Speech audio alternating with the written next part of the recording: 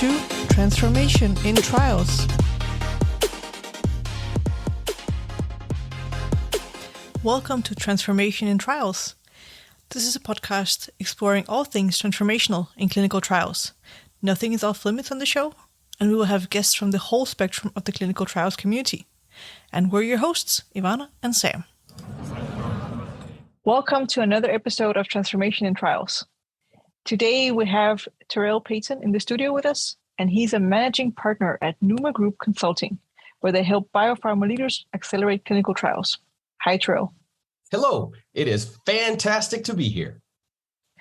And you are a very relevant guest for our show, and I can't wait to get into the discussion with you. So, setting the stage, can you tell us more about the type of mindset that you typically meet in life sciences? For sure. So before I answer that question, let me give you a bit of context of where my answer comes from, where kind of my locus is. So life sciences, gigantic industry, pharma, clinical research, and I work specifically with global sponsors. So when I'm giving you a perspective on the mindset, I'm speaking from my experience, mainly interacting with global sponsors as part of our work at Nooma Group. And I'll separate it out because it's not a one size fits all. It's very interesting. For us, we tend to talk to people up and down the organization. Most of our conversations are initiated with senior leadership who recognize something's going on. And in senior leadership, the mindset that we see is, A, we need to do something differently. We need to innovate. We need to do things faster, right? If I were to synthesize the kinds of things I hear, it kind of boils down in those broad categories. So the senior leaders for the companies that we deal with typically have a very progressive attitude and a progressive mindset. And that's what you would expect because they're reaching out to a consultancy. And usually when someone reaches out to a consultancy, it's because something needs to change. Something needs to be different. So among senior leadership, the mindset is really driving change, driving progress, driving innovation, moving things in a different direction. However, when you get down to, say, middle management, you find a different attitude. I don't want to do anything wrong and get in trouble, which means I don't want to do anything different, which means that senior leader who's trying to deputize middle management to execute on some of these innovative things, they often find resistance. I've heard this referred to as the permafrost layer of an organization, where you have people who are extremely invested in how they've always done things, and they've been able to make a successful career in doing things a certain way. Another mindset that you see among middle management that contributes to kind of this fear, you'll hear something like, well, back in 2003, someone did something and a health authority slapped us on the wrist and someone got in trouble. And so now we created all manner of systems and processes and managers to keep that black swan thing from ever happening again. And I got a very strong indication from my organization that it's not good to do things differently. So yes, I'm hearing from leadership, different, better. But at the end of the day, keeping the car on the road is how I stay out of trouble. And then when you get senior leadership to push on middle management, in candid conversations you'll hear something to the effect of, sure, I'll do something new, but it'll be exactly what you tell me to do in the exact way you tell me how to do it, Mr. Senior Leader, because if the crap hits the fan and this doesn't work, I need air cover. I need to be able to say, it's not my fault. My leadership told me to do this. And then going down a level to say your frontline workers, your individual contributors, they think to themselves, okay, I'm doing this thing. There has got to be a better way to do this. But my job isn't to come up with better ways to do this. My job is to do this. So I'm going to do this because I have 100 other things that I also need to do. And I just need to get this off my plate and move on, because sure, I could stick my neck out and volunteer to try to improve on this, but now I'm stuck with it. And if it messes up, I'm going to get in trouble. I love that the reason for so much fear is that someone yelled at someone once. Yes. And that has kind of just demotivated people from ever trying again. Yes, it's insane, actually, because, again, in candid conversations, you'll hear people say things like, well, I'll get in trouble if I do that, or they won't let me do that. And I'm thinking to myself, okay, help me understand, how is a let's say 39-year-old working professional in the pharma industry with 15 years experience. What does it mean exactly to get in trouble? And, a lot of people in the pharma industry are extremely smart, high academic credentials, high record of achievement, terminal degrees in PhDs and MDs and the scientists and physicians. So people who are fully equipped to make the kinds of decisions that need to be made on a day-to-day basis in the face of incomplete information. But still, I'll get in trouble. And so I'll probe and say, what does getting in trouble actually mean? But when I scratch below the surface, I find there's really no there. And it's usually something that they themselves have conjured up as an invisible guardrail to give themselves the feeling of safety and some amount of control over their environment. It's interesting. I just encountered this concept of unbossing yourself. Tell me more. Well, it was in the context of financial literacy, and that one of the things that, especially as women, we need to do is stop asking for permission to do things and take control. And for me, it kind of sounds similar, because these people are waiting for someone to give them permission and are afraid of the potential consequences of something, even though they could actually step into the area where they can impact change and just do things if they could just unboss themselves. That is a fantastic concept. And I've found, just because of how some things transpired around the pandemic, where you saw a lot of super senior leadership hit the exits, they looked at their stock portfolio, they looked at their career trajectory and thought to themselves, you know what? I don't want to do this Zoom thing. I don't want to work from home. I'm used to a different style of working. My career has been great. And because of my expertise and because of my network, maybe I'll join a board, maybe I'll do a little bit of consulting, but I don't want to do this anymore. And those tended to be those mavericks, those trendsetters, those people who knew they could blaze their own path. So there was a gigantic sucking sound you heard coming out of the industry in 2020 and 2021.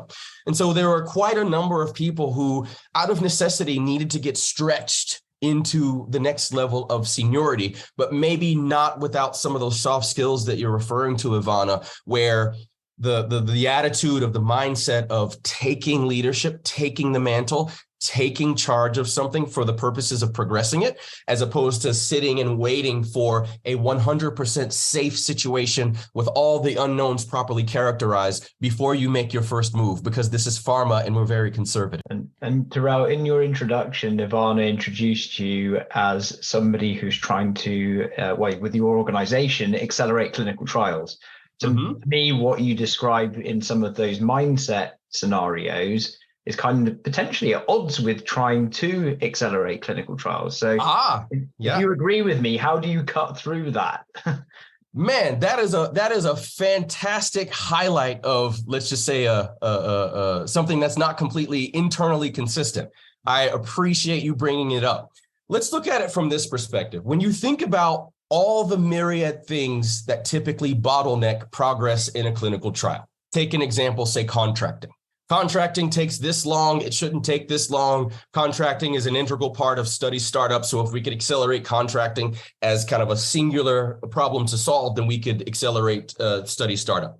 And you hear a lot about, this new technology or this new tool or this new process or this new methodology or this new this and this new that. Coming to the table, coming into this conversation as a consultant, obviously, we have our frameworks and we have our tools and we have our ways that we approach the work. But you cannot solve people problems with technology solutions. You cannot solve people problems with process solutions. You have to solve people problems with people solutions. And people typically need a shift in mindset in order to unlock all of those potential changes that I'm talking about here, Sam. So while I do agree with you, going completely rogue, let's just say, is going to lead to chaos, and we won't get the efficiency that we need as far as the basic blocking and tackling of progressing a clinical trial. But without that mindset shift, You bring in a new tool. No one wants to use it. People are, well, why do I want to use this? This is different. I don't understand. It's going to break everything because the mindset isn't there. Same thing with process. Same thing with anything that you want to shift downstream of getting the people aligned in the proper direction. So while I do agree with you, there's a natural limit to how much change in mindset you want to engender. There is, let's just say, a minimal set that you need in order to get those key shifts in how they approach work and how they think about acceleration and even how they think about other solutions that could come into play, whether it be technology or new process and things of that nature. Building on some of the people aspects, Tirrell, and I know we talked about this a little bit offline, but we had the pandemic, right? And everything went virtual. I know you've got some pretty sort of insightful views about the impact and effect that's had on interhuman communication, interpersonal relationships, and how that's really kind of translated into the work context too. Maybe you could share some of that with our audience, because that was fascinating when we talked about it. I would absolutely love to. And I'll try to make it concise because I have a tendency to get extremely excited about this topic in particular. So I think we've all been in situations where there may be someone we know personally that we also are friends with on some sort of social media, let's say Facebook. And every once in a while, we may be on Facebook and we see this person who we know personally saying things that seem radically out of character. And we think to ourselves, what is this person on about? This is not the Joe I know. This is not the Sandy I know. What's happening here? The psychological or academic term for that is online disinhibition. And it basically means in the absence of actual true human contact, we tend to start to view each other almost as non-humans, almost like chatbots, like avatars in a game. A name, a face, a role, a title, a level of tenure at an organization, but not really knowing much beyond that professional persona. And so the interesting thing about this is it doesn't immediately cause problems. And so when we all got sent home at the beginning of the pandemic, one of the first things that everyone noticed was we are far more productive when we don't have to deal with traffic and commuting and this and that and the third, and we can just go directly into the work, and we can take a nice walk in the middle, in between meetings, and we can check for Amazon packages when the doorbell rings, et cetera, et cetera. So it was great, or rather it seemed great. But I think what we were seeing, at least back then, was the last remaining fumes of the true connection that some of those teams had pre-pandemic. And so there was very much a sense of we're all in this together, because there was already a personal connection with most of the people that ended up working virtually together. That connection preceded the pandemic. And so people had all manner of grace and empathy for each other. A small child comes walking into a room and the person's like, oh, I'm so sorry, and everyone else is like, no, I understand. I get it completely. We all have our kids here and we're all trying to figure out how to juggle this. So if anything, it galvanized us. But if you fast forward 3 years, things have moved on. Projects and initiatives have changed. Senior leadership have changed. Middle management has changed. And in a lot of cases, there's been a complete change around of what's still the team, just with different members. And in that, you see these invisible cracks forming as a consequence of a lack of personal connection between people. Those cracks manifest when you start to add a bit of pressure to that team. Oh, we really need to accelerate this molecule through the pipeline. We really need the team to close ranks and pull together. And we have some timelines. And so we're starting to apply a little bit of pressure as senior leadership, because this is vitally important to get this across the finish line, especially in this economic environment where we're trying to cover a gap in our pipeline, let's just say. Once you start to apply that pressure, those little hairline cracks start to snap and they start to break, and you start to see teams absolutely fall apart. And it's because that personal connection has been lost. And during times of stress, if I don't have a personal connection with you, Sam, you are now in the way of me getting the things done that I need to get done. You are not my friend. You are an obstacle. You are not my teammate. You are an obstacle. And so I'm going to treat you as such and have a very transactional relationship where the only time I talk to you is when I need something from you. And yes, subconsciously, I recognize that you're a father and you have a family and you have things outside of work. But my focus, I have a very tunnel vision focus on you as the person who gives me the thing, not necessarily my teammate or my coworker. And so that causes people to start treating each other like they are acquaintances on Facebook with completely different political views. And you could probably do the math on that and see how that could affect the productivity of the team and their ability to deliver. Totally. Just processing, actually. Yeah. No, and it's interesting. We were talking a little bit before we started recording. I said, I get very animated about this stuff because when I'm talking to leaders, you see the light bulbs start to go off where there's a recognition of, that's what's happening. Because I've been hearing these symptoms bubble up. And as a capable executive, you're supposed to ignore 80% of the symptoms that you hear until you recognize there's something there. It's a judgment call. So they've been kind of hearing these symptoms bubbling up, but not really pointing to a specific problem that they can pinpoint from the perspective of the work itself, but instead interpersonal challenges. And if they're not in the room watching those interactions, they will have no idea.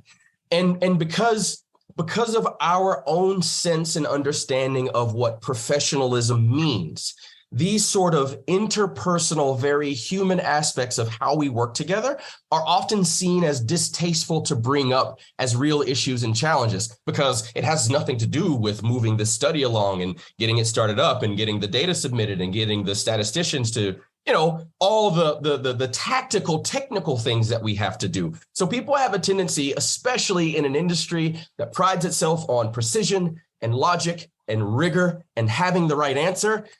These fuzzy human things that definitely have an impact on how we're able to work together are often shuttled off to the side as unimportant until they are. And by the time they are, people often don't recognize what is the genesis of this problem that we're trying to solve, because the symptoms are manifesting themselves in the work. And we have a tendency to chase the symptoms that manifest in the work because they're concrete, as opposed to going all the way down to the root cause, the interpersonal aspect, and that being the primary delta that you see in how teams were able to perform before the pandemic versus how teams are able to perform now, and applying the same sort of pressure in the same industry, doing the same things that we were doing 3 or 4 years ago. I think there's also a parallel here to teams, maybe even pre-pandemic, but also post-pandemic. If you have a team, this often happens in life sciences, you have a clinical trial, you've outsourced parts of your clinical trial to partners, and Yes. the team that's doing the trial is actually the team of the sponsor, but it's also multiple CROs, it can be technology vendors, it can also be consultants that are brought in to do parts of the work, and that is actually the team. And no pre-existing trust exists. How do we make that work? Oh, that is a very good question. So anytime you need to get people to gel together, they need to be together in person and get something accomplished, preferably work related. So I'm sure we've all heard of these corporate retreats where you do the trust fall and you might do a ropes course. And, you open up and be vulnerable and they might make you cry in front of your coworkers. And, you kind of trauma bond through this disclosure with your teammates. And that's great. And it does serve a purpose. But I think from the perspective of creating a team that performs well together, those opportunities to form the team, let's just say, need to be taken in an intentional way, especially when you have this, let's just say, multimodal cross-functional team that includes some level of study leadership who might be coordinating vendors in the CRO. You have a consultant, you might have vendors directly working with the sponsor as opposed to the site. And so all of those things means that you have to be intentional about forming a team. And if you talk to anyone that has ever been a part of a high performing group that really needs to be on point with each other, think high level athletes playing on teams like, say, a football team, or as we call soccer in the US. Think of also improvisational jazz musicians, where the guy on bass might just shoot a glance over to the pianist. And within half a second, based on just that glance, that pianist knows what the bass player is about to do, what I need to do as the piano player, and then what he's going to do next after that. But that only comes when you really get the opportunity to bond in a very, very human way, look each other in the eyes, feel each other's physical presence. And, there is something very real and very tangible because, you're talking to a management consultant, and these are not the kinds of topics that management consultants usually tackle. But in our relentless pursuit for root causes of where these challenges originate so we can solve there, we've come to learn that a lot of these challenges really originate in very, very human factors that historically we've gotten for free. Because if you got a team together, they were physically together. And because they were together in an office, they were physically together accomplishing work-related things together. We don't necessarily have that because people have been scattered and because people typically come from a bunch of different functions. They're a bit atomized in terms of, well, I'm going to do the work directly related to my functional area, and you're going to do the work directly related to your functional area. And maybe we'll connect every week or so when we do the project status update. And of course, everything is going to be green. But we no longer get it for free. And in no longer getting it for free, we have to intentionally build the human connections. And for as much as I love talking on camera and connecting with people all throughout the industry, my connections in person are just far more powerful for a number of very tangible, very human reasons that I think we all recognize. That applies to teams and their performance and how you can kind of get them on the right track. Really resonated a couple of points that you made there, Tirrell, particularly around like corporate team building versus building or building a team doing the job. Yes. I've always found that whole kind of corporate team building thing a bit contrived. Like, yes, go camping in the woods with your colleagues or whatever. It just doesn't really kind of work for me. I'm with you. I think you totally get the measure of other individuals when you're in the weeds of a project together in person, and that's when the magic really happens versus some of those other aspects. So yeah, nice. Yeah. And from time to time, when we're pushing the line on just this notion of getting the whole team together physically, we often get pushback like, well, the team doesn't really want to spend, say, more than half a day together because they've got a lot of work to do, yada, yada, yada.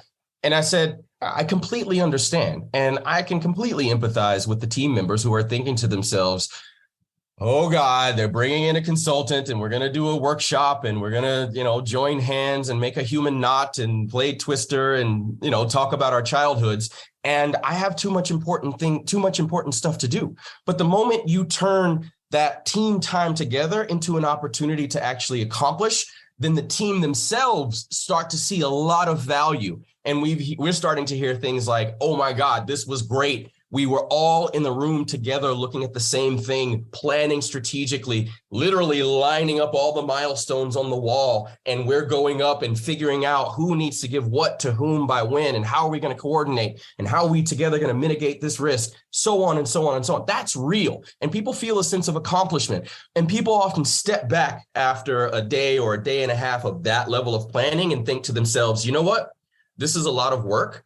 But it's nice to be able to see the big picture. And it's nice to know that we were all involved in creating this. So this did not feel like a waste of time. As a matter of fact, teams are going back to their leadership and saying, we need to be doing something like this at least once a quarter, especially given we're going to continue to be a globally distributed team. We need to get together once a quarter or at a minimum twice a year to do stuff like this. We found it incredibly valuable. And at the end of the day, if you have the people who are actually in the room saying this was a valuable use of time, that's a much higher signal of value than the leadership who might have funded that saying, oh, yeah, I thought this went great, because people felt like this was worth taking a few days away from work to invest this time, because I actually got more done in a higher value way with more people than I would have otherwise. I have two perspectives on this. One is I'll agree with you, then I'll disagree with you. Please. One is well, I do improv comedy as a hobby. Yes. So I completely understand the thing that once you formed a group, you can trust each other, you can improvise, you can read each other's minds almost. And that can only happen in person. And that's why improv is structured as it is, only once in the moment. Yes. So agree there. I would disagree because I don't know if you know, but Sam and I have only met 4 times in person ever. The rest of the collaboration that we have happens, well, in Zoom calls. It happens over WhatsApp. It's very asynchronous, and still we manage to do good work together and have a good relationship. So for some cases, this asynchronous type of work can work. Mm-hmm. I just to sort of build on that a little bit with a slightly adjacent perspective, I guess. I agree with you, Ivana. I think, and also you, Tirrell. So I agree with everyone. But my point of view about the in-person component, particularly when everybody's really busy doing the day job, the success of that in-person type workshop or event or team building based around work really is driven by the person that's facilitating it. Actually, so busy doing the day job, you'll get pulled off the road to go meet colleagues, and the actual event isn't well organized. You don't have somebody facilitating and guiding you through it. You then feel it's a waste of time. I think you have to have that glue that brings it all together, and that's often the facilitator, actually. And and happy to concede on both points. The point you made, Ivana, I think you can take everything I say with a grain of salt when you're talking about one-to-one interactions. I think it's slightly easier. Because I'm sure you and Sam have conversations where maybe his background isn't blurred, or it's just a lot more casual. I say this because most of my team members are not located in San Diego. We've got a person in Boston, a person in Chicago, a person in Kansas City, and a person about an hour away from me in Orange County. And we make it work, right? We get together periodically. So I will absolutely concede your point that remote work can work. Just the fact that all of the industry has continued to produce and get things across the pipeline and get things approved. Completely agree. I'll add a caveat in saying that even in the situation with you and Sam, I'm positive that you can both agree that while you have been able to conduct the vast majority of your relationship online, those times where you've gotten the opportunity to meet in person cemented what was already there in a different kind of way. And so for a situation where two people are working one-on-one in close proximity online, and they might get together every few months or so, just, to plan or to meet or to have coffee or, to do work, that is essentially the model that we're pushing, because clearly these globally distributed teams aren't going to go away.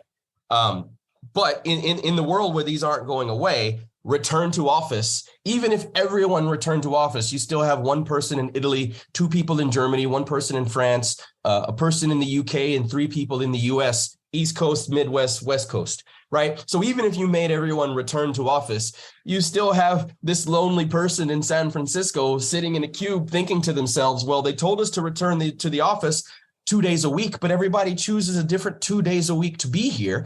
And so I'm here alone again.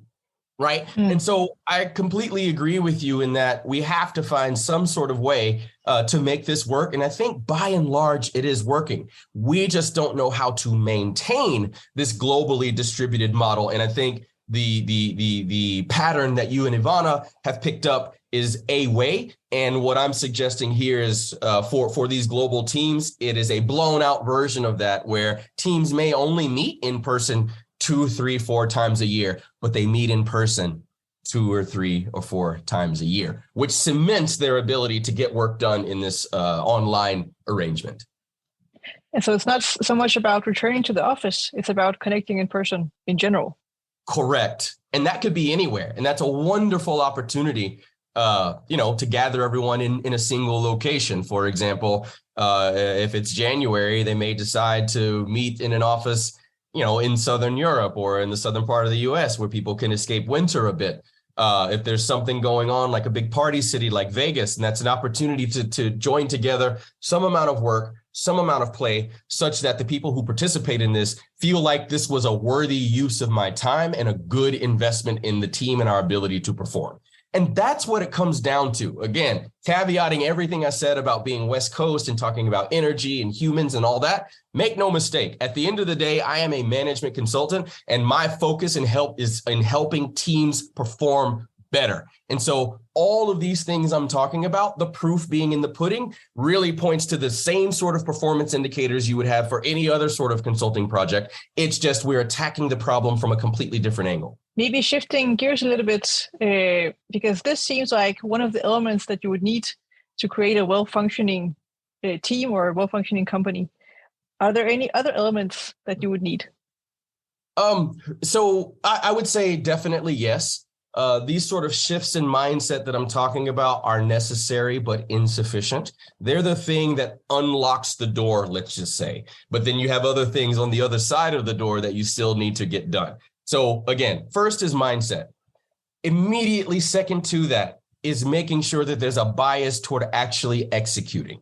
What I find in a lot of organizations that when people need to figure things out and make a decision, they decide to call a meeting, and they decide to call a meeting to discuss XYZ, and they discuss and they discuss and they discuss. And then they get to the end of the meeting and say, okay, we didn't finish, so we'll have to meet again to prepare for the next meeting, right? So they meet, but never actually get down to making decisions and moving forward. So there has to be a bias toward execution that is a direct result of that shift in mindset that says, okay, we can do things differently. The second question is, what do we need to do differently? First of all, let's stop this whole notion of getting 8 people in a room to discuss, and instead getting 8 people in the room to accomplish a goal, to decide, to prioritize, to filter, to brainstorm. What is the output? What is the outcome of this meeting? Work backwards from there. And that sets us up to be more of an execution engine.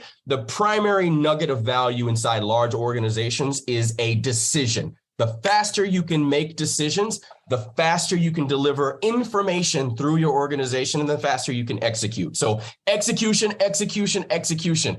For all the stuff that I talk about, humans and mindsets and attitudes and things of that nature, that is in service to execution, which is the most important part. Third to that would be, what is your infrastructure? And when I say infrastructure, I don't just mean tools. I don't just mean technology. I don't just mean processes. And I'm not focused on any one of those. But with this new mindset, in order to execute on this goal, what is the minimum level of infrastructure support that we may need? It may be temporary admin support to help you run meetings. It doesn't necessarily have to be the implementation of a distributed clinical trials tool. It doesn't have to be some big enterprise infrastructure thing. I just mean the necessary support structures for this team to be able to execute. And then last but not least is there has to be inbuilt continuous improvement. So when we do the mindsets and we focus on execution and we say, okay, what's necessary to support this execution engine? Last but not least, we want to go away at some point. And whatever it is we put together here needs to be able to be owned and operated and maintained and improved by the team that's there. And so the last piece that we put in is a continuous improvement mechanism so that when we go away, this thing that we put together doesn't ossify. It's living, breathing, it's organic. It responds to the needs of the organization through these very lightweight mechanisms that allow us to inspect and adapt what's going on. Is what we're doing still fit for purpose? Are we still executing the way we need to execute? So it starts with the mindset and then immediately shifts to execution, infrastructure, and continuous improvement as the other pieces of the puzzle. Tirrell, just going slightly off-piste from this mindset discussion slightly. You're in the sort of enviable or unenviable, depending on how you want to look at it, position whereby you get to sit down with industry leaders in big pharmaceutical companies. Yes. What would you say are some of the top issues at hand that these pharmaceutical executives are talking to you about at the moment? Anything you can share in that context? Yeah, and I think it's some of the common themes that we're all familiar with. So if you take this broader issue of acceleration, that's where we focus. But from the industry perspective, they're looking at things like the long tail of 9,000 rare diseases. And they're thinking to themselves, okay, with the timelines that it takes us to commercialize a drug and bring a therapy to market, for these 9,000 rare diseases, we're looking at something like 27,000 years based on our current way we operate and execute to even make a dent. We all know that is the future of our respective businesses. And while, yes, there will continue to be the big blockbuster drugs, that is a very competitive market in the blockbuster drug space. And in that long tail, you have smaller patient populations with more specialized needs that could be catered to differently, which allows you to carve out a bit more of a niche in your market positioning, depending on which therapeutic areas you want to go after in the rare disease space. So I know that's top of mind, just looking at that and thinking, not even necessarily we have to accelerate, because right now with the 7 years or so that it takes to commercialize a drug, dropping that to say 6 years is monumental in terms of dollar terms, but it doesn't make a dent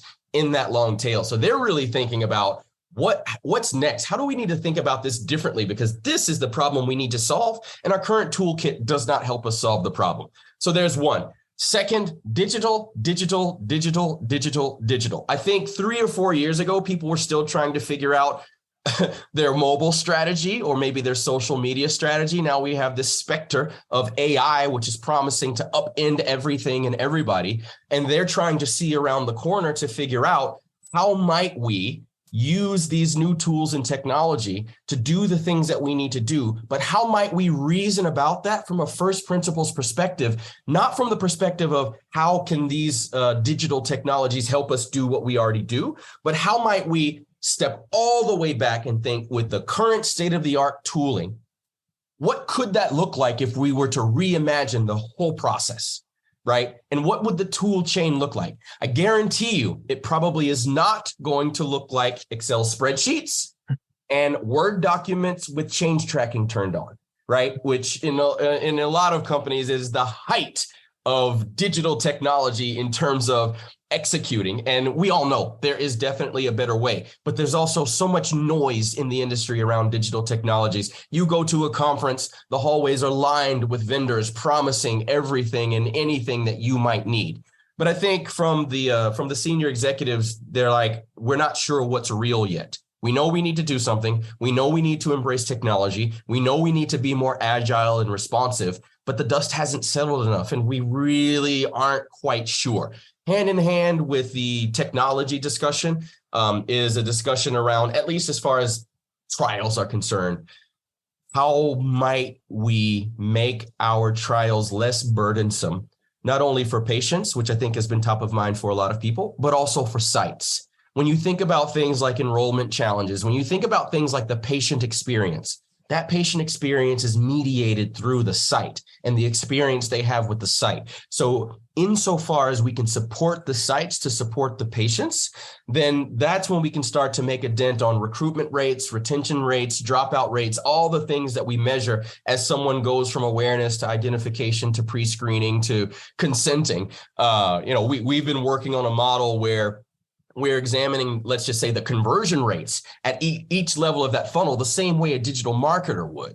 And if you look at something like consent to enrollment dropout rates, someone has already consented. You've already gotten them across the hard part. What happened between them consenting and never showing up again? If that conversion rate from consent to enrollment isn't 100%, that is an immediate impact in the bottom of the funnel that we could have. But we need to empower and support the sites to be able to bird dog and cite those kinds of things and plan accordingly. I'll give you a very concrete example. My wife found out about a study related to PTSD. And she said, I'm going to go find out more information about the study. And she talked to the study coordinator and they gave her some information and they told her she had a window of time over the next 6 weeks to come in for a pre-screening assessment, blah, blah, blah. Of that 6-week window, the first 2 or 3 weeks was very, very busy. I was traveling, she was taking care of the home and didn't want to have to work that in between school trips and this and that because she didn't know how long it was going to take. The average person knows nothing about clinical trials. So long story short, she scheduled it toward the back half of that 6-week window that they gave her. Something came up she needed to reschedule. She expected to hear from the site. Hey, you're scheduled, blah, blah, blah, blah, blah. She didn't hear anything. She wrote the site and said, hey, I wasn't able to make it to my appointment, but I'm still within the 6-week window. I'd like to get this rescheduled. Didn't hear anything from the site. And again, when you think about trial participation, when you think about the difficulties of recruiting, especially in a rare disease, but this was something relatively mundane. And I told her they're probably not having any trouble recruiting for this study. That's probably why they're not super gung-ho about following up with you. But the discipline and the rigor and the hand in glove operation and execution mindset between the sponsor and the site, as much as we can help the sites, either with resources or training or tooling or funding or whatever it may be, we can help solve some of these problems, but we have to work more bottoms up from the sites to understand the patient experience than top down. Because even in a big sponsor where you go through the process of a patient journey map, it's all the same stuff that we always see because we only have that bird's eye view. On the other hand, if we were to be down at the site level doing exit interviews, hey, we noticed you consented and you didn't enroll. We're calling you to find out more information and start to really get some insight. And I think when we articulate these journeys, we have a tendency to articulate the patient journey from the perspective of our enrollment process as the sponsor, not the decision-making process as the patient. Because when you set a 40-page consent document in front of them, what do you think they're going to do? It's not as simple as read it and consent, because first of all, no one's going to read a 40-page consent document. Second of all, they're probably going to go home and talk to family and friends and, oh, there was a lot of stuff in there and they're going to take biosamples and they're going to use my data and I don't know what's going on there, and et cetera, et cetera. And then the third big one, diversity, diversity, diversity, diversity, diversity. We've all seen the stats. Most trial participants, at least in the US, are white males between the age of 25 and 35 years old who live in a large coastal metropolitan area. If we need to release therapies that are targeted to the general patient population, then our trial population needs to reflect that. However, there are a number of cultural and social reasons why, for example, it's somewhat challenging to recruit African Americans into clinical trial studies because we all, I'll speak to myself, we all hear the stories when we're young about Tuskegee, for example, or Dr. Sanger in Cincinnati irradiating 80 some odd, poor Black individuals who really didn't understand their rights and privileges as far as participating and weren't duly informed of what was going to happen to them. And while we've come a long way as an industry to correct some of those wrongs, those things are in living memory of some of our parents and grandparents. And so those are very real and very relevant. And unless and until the sponsors start actually showing up in the community outside of when they're trying to recruit for a trial, it's going to be a difficult road. But the diversity, the digital, and the rare disease are kind of three of the big topics that I'm hearing from leaders at big pharma companies. I want to give you an opportunity to share with us a bit about your background, Tirrell, and a little bit about what you're up to at Nooma Consulting. Yeah, absolutely. So I actually started my career in tech. And in some ways, that is the mindset that I bring to solving some of these problems, because a lot of the problems and challenges that we're trying to solve in pharma, there are analogs to those problems that have been solved elsewhere. And so we can stand a lot to gain in lifting and shifting solutions from one industry to another, especially when there's kind of a regulatory framework that we need to adhere to. So with that background in tech, shifted to consulting about 10 years ago, was doing tech consulting, shifted to pharma about 5 years ago. I think the pharma industry, number one, I've always been a science geek. I love this stuff. I love the science. I love spending my time talking to smart people about interesting topics. And I think it's a target-rich environment for improvement using some of the same problem-solving techniques that you would learn, say, in tech, as far as disambiguating a problem or looking for a fact base to inform a direction business-wise, or building a case, getting out of the building and actually talking to customers to inform your next move, as opposed to doing it from a boardroom, a boardroom in Switzerland, completely removed from that 30-year-old Black breast cancer survivor in Oakland, California, who's trying to figure out, how do I get childcare so that I can go to my, go to my appointment, go to my assessment, go to my pre-screening, go to my whatever. And so for us, we're really focused on, like I said at the beginning, acceleration. But within that acceleration bucket, there's a few areas we focus on.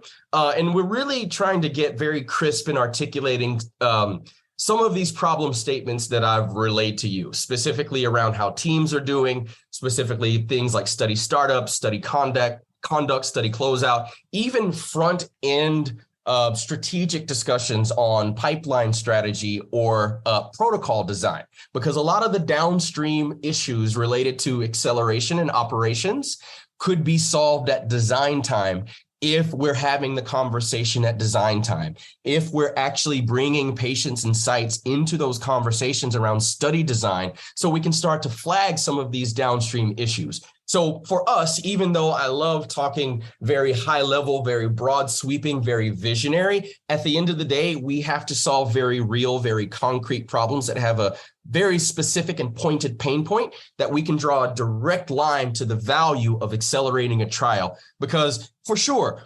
lowering the contracting timeline from 68 days to 35 days, that's great in and of itself as an isolated incident. But you really have to take those kinds of optimizations in aggregate across the whole clinical operations value chain. And that's when you really start to get sea change in the industry, is when everyone is continuously improving how they do things and shaving a week here, a week there, 2 weeks here, 1 week there, experimenting with different techniques, getting people together so you have fewer pieces of information falling through the cracks. So that's where we are. That's where we're solidly focused and constantly ferreting out and attempting to articulate some of the challenges that we see in a way that people can resonate with and say, you know what, I think I've seen something similar.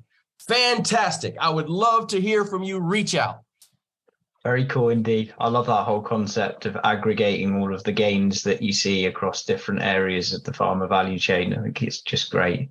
Our final question is always the same on this podcast, and we always ask our guests this same question. If you could change one thing about our industry, pharmaceutical industry, what would that be and why? I would change the mindset, because that's the unlock for everything else. And the specific shift that I would like to see in the industry is a shift from a compliance / punitive mindset, one that's based in fear, to one that's based on opportunity and execution, and really going out there and grabbing some of these opportunities and being first, being innovative, being the company that's out there on the stage talking about how they were willing to do something completely differently. But that all starts with a shift in mindset. Once you get the shift in mindset, the world opens up and you can see things from perhaps a different perspective. But we have got to get away from this fear-based, I'm going to get in trouble, I have to be 100% compliant, everything needs to be buttoned up to the nth degree, because if we decide to use a digital tool instead of Word documents, a patient's going to die because we're going to miss something, which is the basic catastrophizing attitude that I see. Shifting that mindset will unlock everything else, and it is my personal mission to shift that mindset in the industry. Very good. And especially good because the whole episode has been themed around mindset and life sciences. So extra gold star for that one from my perspective. Fantastic. Awesome. Look, Tirrell, I know our audience members are going to be keen to reach out to you, learn more about what you're doing at Nooma Consulting. Where's the best place for them to find you? Thank you very much. You can reach out at noomagroup.com. And I'm also fairly active on LinkedIn. I think I reached out to you, Sam, and you, Ivana, on LinkedIn. I'm very active on LinkedIn. Tirrell Payton. You can see in my profile picture, I'm in fact wearing this shirt and these glasses. I'm extremely difficult to miss, and I look forward to hearing from everyone. Please reach out. I know sometimes people go on a podcast and they say, oh, yeah, you can reach out if you need anything. No, I want to hear from you because your audience knows more than I do. And the more people I talk to, the more I learn. And I especially welcome contradicting opinions because I love a spirited debate. And you probably saw how I leaned in when you two were like, oh, I disagree. I'm like, yes, tell me more, because this is my opportunity to learn. So adamantly, emphatically, please reach out, connect with me on LinkedIn. If you connect with me on LinkedIn, I'm going to schedule a call. I'm going to want to know what you're up to. I'm going to want to learn from you.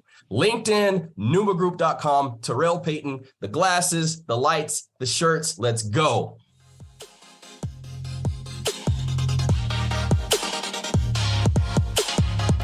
You're listening to Transformation in Trials. If you have a suggestion for a guest for our show, reach out to Sam Parnell or Ivana Rosendahl on LinkedIn. You can find more episodes on Apple Podcasts, Spotify, Google Podcasts, or in any other player. Remember to subscribe and get the episodes hot off the editor.